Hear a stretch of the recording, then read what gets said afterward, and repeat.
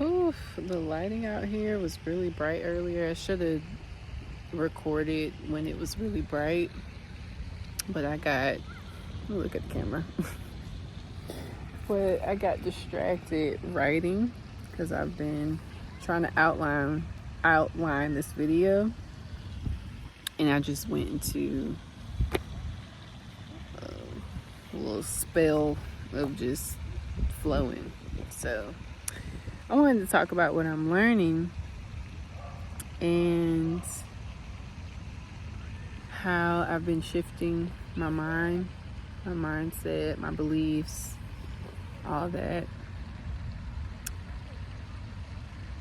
First of all, I made a choice around Halloween that I was no longer going to create from a place of stress. Create anything, like creating my goals, songs, writing,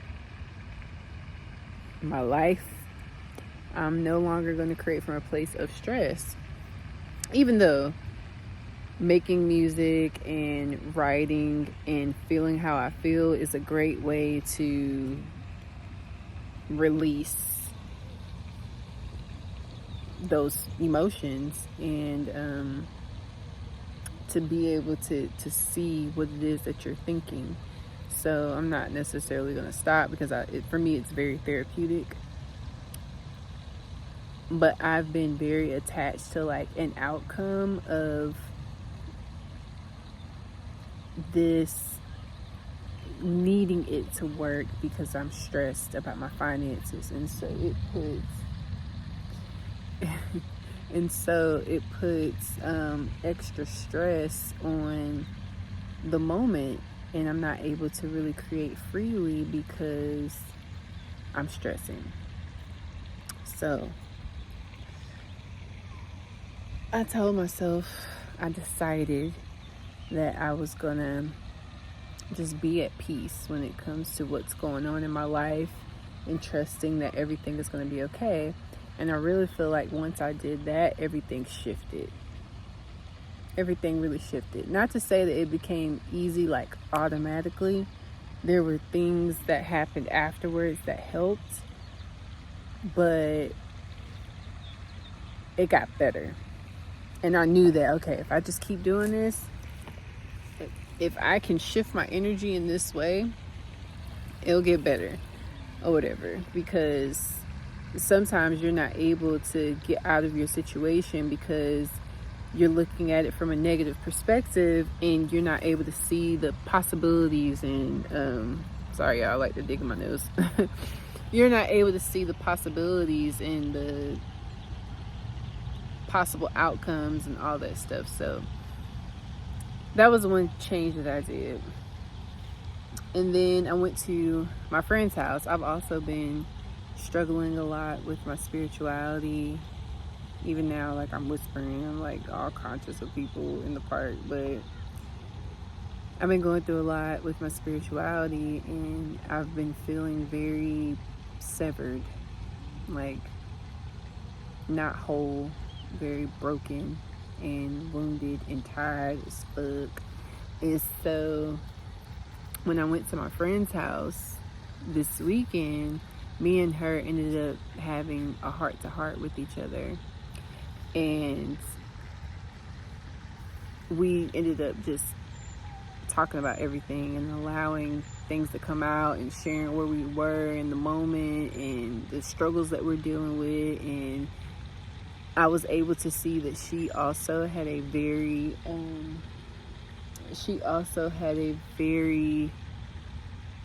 broad view of spirituality. That was weird. But she had a very broad view of spirituality, and her viewpoint on it was very open.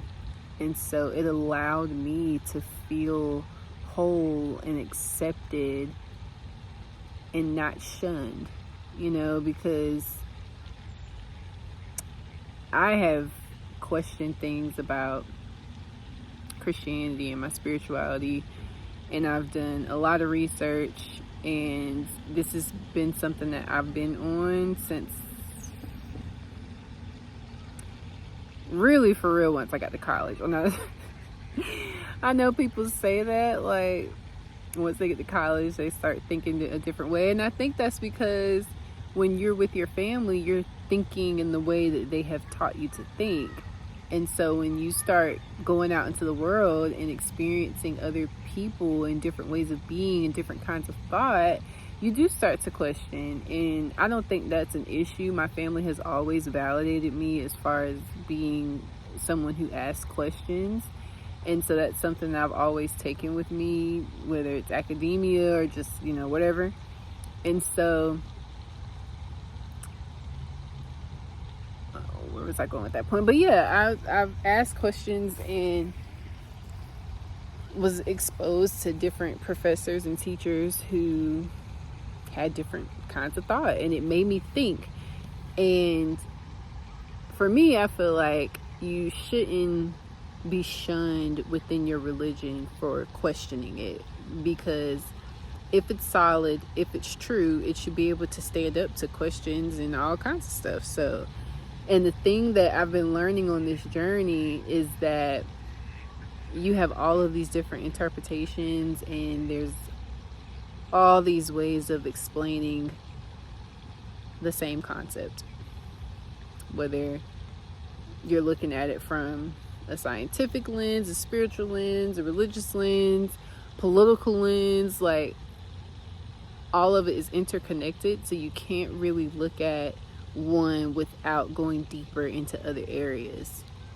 And so, anywho, having the weekend with her made me feel accepted and whole, and I was able to come back to Charlotte really rejuvenated and refreshed and excited. And so for me, that helped me to realize, or at least to remember, how important relationships are. And not just relationships, but also how special the relationships are with the women in my life. The women that I have, all the women in my life are phenomenal, but I just really appreciate the additions to my life and what they've been able to contribute with their ways of thinking and all that stuff. So I was in a state of gratitude and appreciation and joy, and that helped to also see a different perspective within my financial situation. Just getting hit with, I don't know if I'm saying the right neurotransmitter, but all this dopamine, like just love, or maybe it's serotonin, I don't know, but you get what I'm saying. So I was in a very just naturally high state, and so I was able to look at my situation and just be like, this is temporary, it's all right, it's all good, I'm fine, I'm not gonna worry. So that's one thing.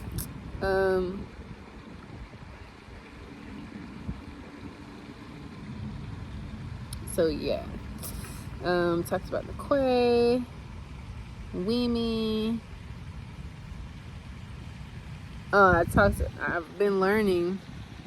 I saw this when I was looking back on some old videos, and for me, I'll speak for myself. Whenever I look back at old videos, sometimes I tune in to how I felt at the time. And so I'm looking back at old videos and I'm just like, I was chasing something then. Like, I was really chasing this outcome, really thinking that this thing is going to bring me the stability that I want, like the financial stability. And when you keep going back, it's not even the financial stability that's going to make you feel content. It's you tapping into that energy of wholeness without the money, without the career. You questioning what it is that you really want and tapping into that energy right now. Not needing that thing to happen to be grateful, to be whole, to be present. Then another thing that I had with my friend, and also I'm, just looking at all this language and stuff, and I'm just like, I wonder if the present moment is also Jesus, like you being able to tap into the frequency, or just Jesus is the present moment. It's just a different way of looking at the same thing. And if we want to be literal about the Bible, if he died for us so that we can be whole and accepted and not feel like, or not have to go and do something to gain God's favor and acceptance, then that means that if he died and if he rose, that means that I can tap into the energy right now. And what if we're not necessarily talking about a person, but we're talking about that energy that you have access to right now? I just be thinking. And then also another thing it made me think about, because I like to do or listen to Joe Dispenza. He talks a lot about quantum physics, and so he talks about the Newtonian model of creation or reality and the quantum model of creation or reality, and how in the Newton model you have to go out and do something to bring your reality to you, or to go get that thing or get that goal or whatever. There's something that has to be done. In the quantum physics model, you tap into that energy right now, and then you bring that to you. And so I was just like, that sounds like the old way, the Old Testament and the New Testament. Like, the Old Testament said you needed to do these things, the laws, and that's how you gain favor or whatever from God. The New Testament said that it's already within you. So there's nothing that you have to do in order to gain favor, acceptance, wholeness, love, whatever. It's already within you. Divinity is already within you. So I just feel like, we are essentially talking about the same thing, just in different ways. So that was one thing. So yeah, just being able to feel whole from where I am and in this present moment. And also I'm learning to go with the energy when the energy comes. So if I'm feeling inspired, if an idea comes, if I'm like, oh my gosh, let me go ahead and write these lyrics to this song right now, I need to go ahead and do it right then, if I'm able to. Like, I have an idea to just go ahead and do this writing, and it's just like, go ahead and do it right now. You're feeling inspired right now, follow that energy. So I'm allowing myself to really tune in and listen to that. And yeah.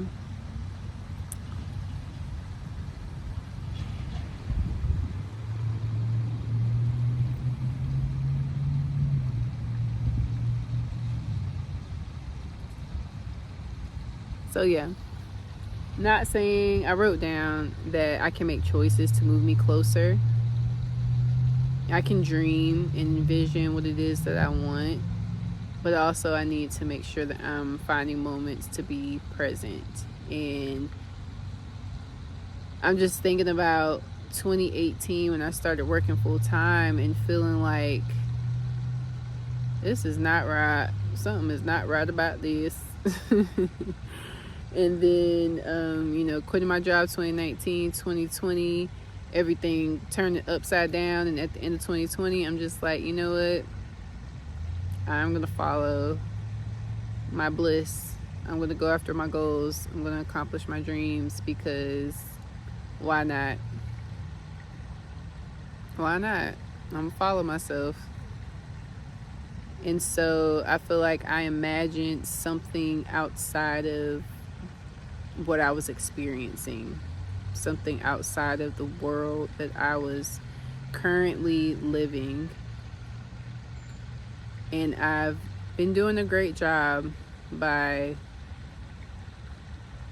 actualizing my dreams and practicing those things that I've said I wanted to do. And I just need to give myself more credit for doing it and for saying that there has to be another way. And also I also have to find time to enjoy the journey, to be present like I'm doing right now, to sit down and say, job well done. You are living in your dream. Do you remember when you used to wish for more moments like this outside of your job? And you know what you did? You quit your job because it wasn't making you happy. It wasn't making you happy. You tried and you tried and you tried and it wasn't working out, and you decided that you're going to try something different.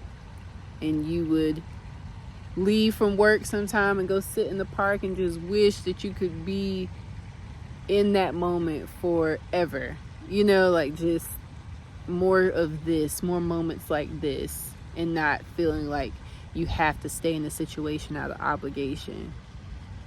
Yeah, you need to pay your bills. I understand that. I know I'm not saying quit today if you know, I'm not telling you what to do. I'm just saying what worked for me, and knowing that I kept trying to make something work because I was fearful and comfortable and afraid of the unknown. I do believe that in every place I was exactly where I needed to be, though. And every place was a blessing, and I was supposed to be there when I was supposed to be there. But I also feel like the vision that I have for myself is, it's okay for me to go after it, and I don't have to be ashamed, and I can accept myself and my gifts and just believe in myself more. I ain't been really believing in myself. So, what else have I been learning?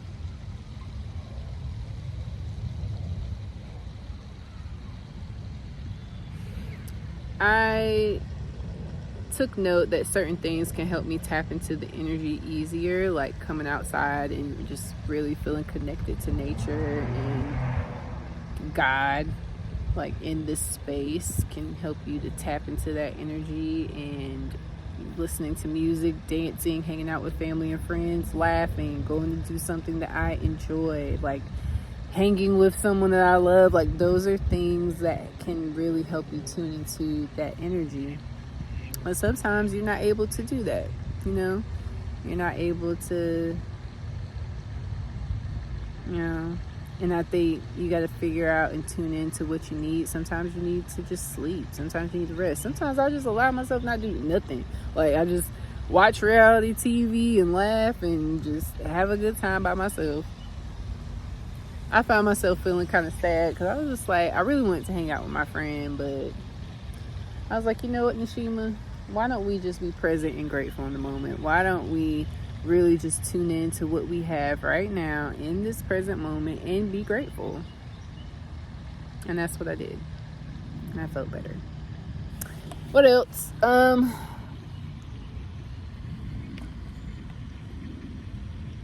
Yeah, so I was just saying those things can open the door, but I also feel like real manifestation is being able to tune into that frequency right now without having to do anything. So getting to that flow state, that creative state, that grounded state. And maybe my language is not exactly 100%, but as far as like that grounded state. But yeah, excuse me, that's pretty much it. I might clip this soon to get rid of those pauses, but for the most part, I didn't want to overthink this. Show y'all my hair real quick. I redid my rope twist, and I added more weave to the front because I don't like when it's going straight back, like, and it's real flat, because I just feel like Herbert.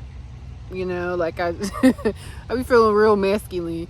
So I be needing a little bit of lift from the base up here so that, you know, you can still, you know, I'm not saying I couldn't rock this right here. I'm not saying I couldn't do that, but I just like that you can see it from a straight.